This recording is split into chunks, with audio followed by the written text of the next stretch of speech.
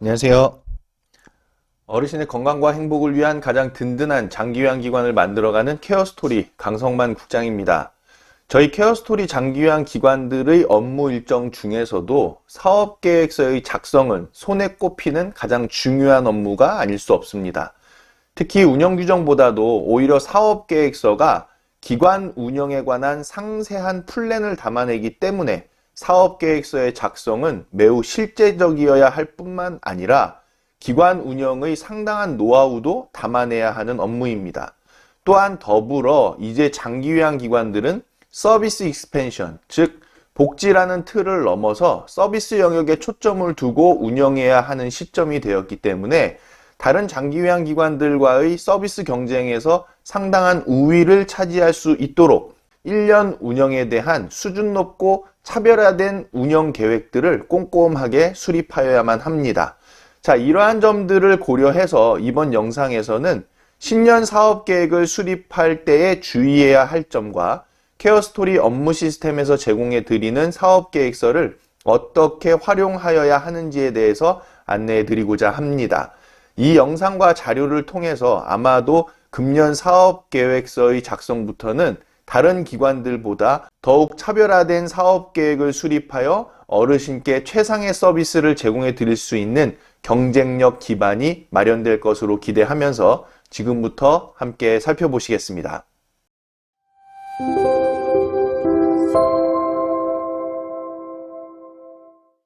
자, 사업계획서 작성과 관련해서 주의해야 하는 사항들 하나씩 살펴보시면요. 먼저는 사업계획서는요, 우리 기관 고유의 서비스 운영 전략이라는 거예요.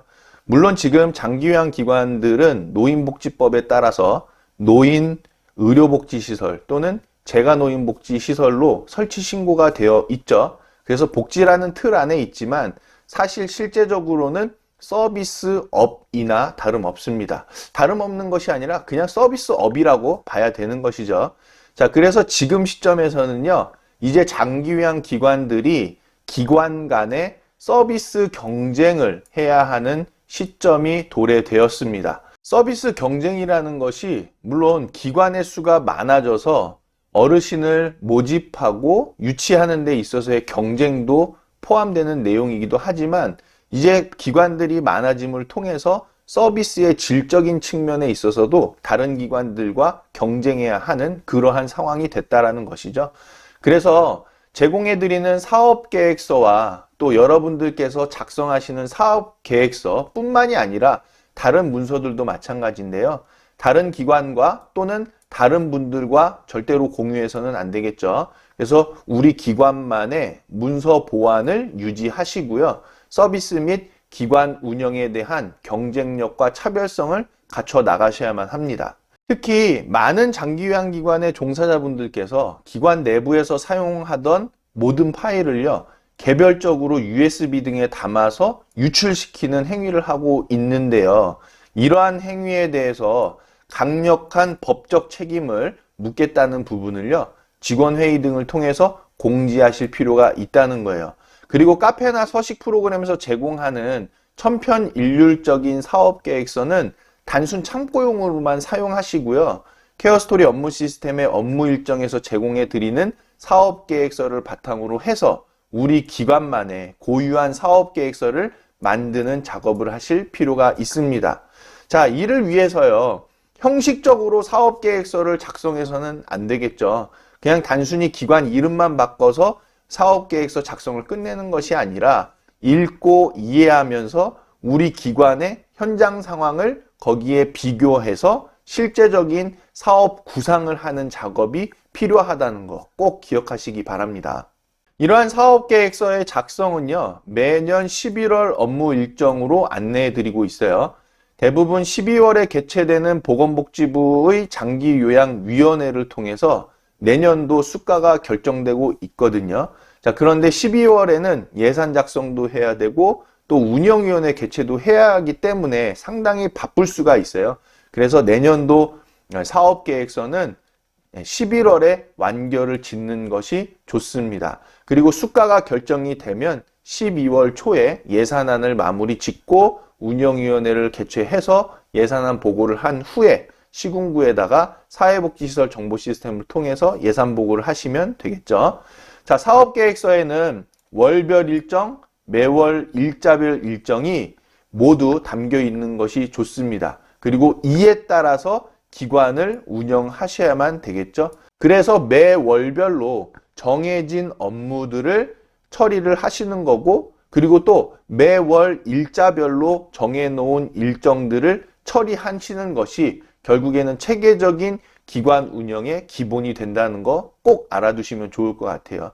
국민건강보험공단 평가에서는 올해 사업계획서를 평가해서 그 결과를 내년도 사업계획서에 반영하라는 규정이 있어요. 그래서 내년도 사업계획서의 작성은 케어스토리 업무 시스템의 업무 일정에서 제공해 드리는 자체평가서에 따라서 올해년도 사업계획서 자체평가를 실시한 후에 내년도 사업계획서를 작성하셔야만 합니다. 그리고 내년도 사업계획서를 작성하실 때에 그 평가에서 미흡으로 나왔던 부분들을 내년도 사업계획서에다 추가하시는 거죠.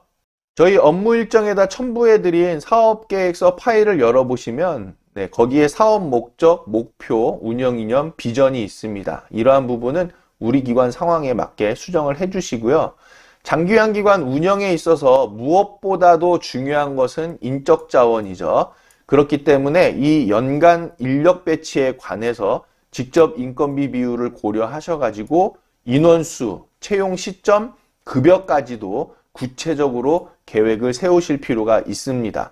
연간 교육, 점검, 관리 계획, 즉 업무 일정은요, 월별로 작성이 되어 있어요. 1월, 2월, 3월, 4월 이렇게 되어 있고요. 확인해 보시면은 거기에 분기별 또 연일에 이렇게 주기가 되어져 있습니다. 여러분들께서 추가하실 때에 이 부분 참고하셔서 월별로 작성하시고 그리고 거기에 주기도 함께 표시하시기 바랍니다. 자, 그리고 업무 일정은 구체적인 일자를 정해도 좋지만은요, 현장 상황이 가변적일 수 있거든요. 그래서 일자를 정하기보다는 월로 통틀어서 처리를 하시는 것이 업무를 처리하고 구분하는 데 좋고요. 다만 이제 업무 일정에 따라서 기관이 운영될수록 이 업무 루틴이 잡혀갑니다. 업무 루틴 매우 중요한 거예요. 체계적인 기관 운영의 가장 기본이죠. 이 업무 루틴이 잡혀가면 어느 정도 체계가 잡혔다는 것이고 그때에는요, 구체적인 일자를 정해서 업무 일정대로 처리하시는 것도 좋은 방법이 되겠습니다.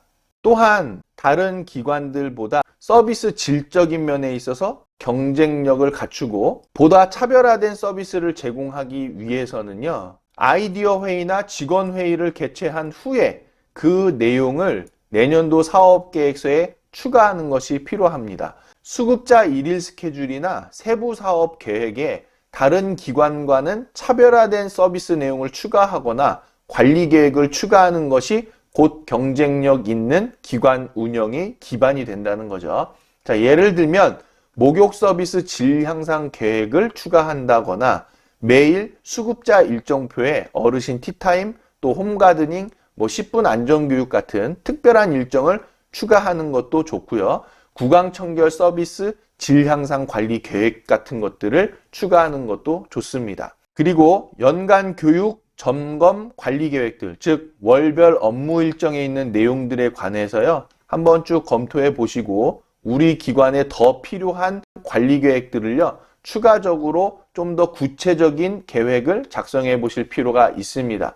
자, 이 부분은 첨부해드린 사업계획서 7번에 보시면은 세부 사업 계획이라는 부분이 있어요. 거기에다가 더 구체적인 하위 계획들을 세우시면 됩니다.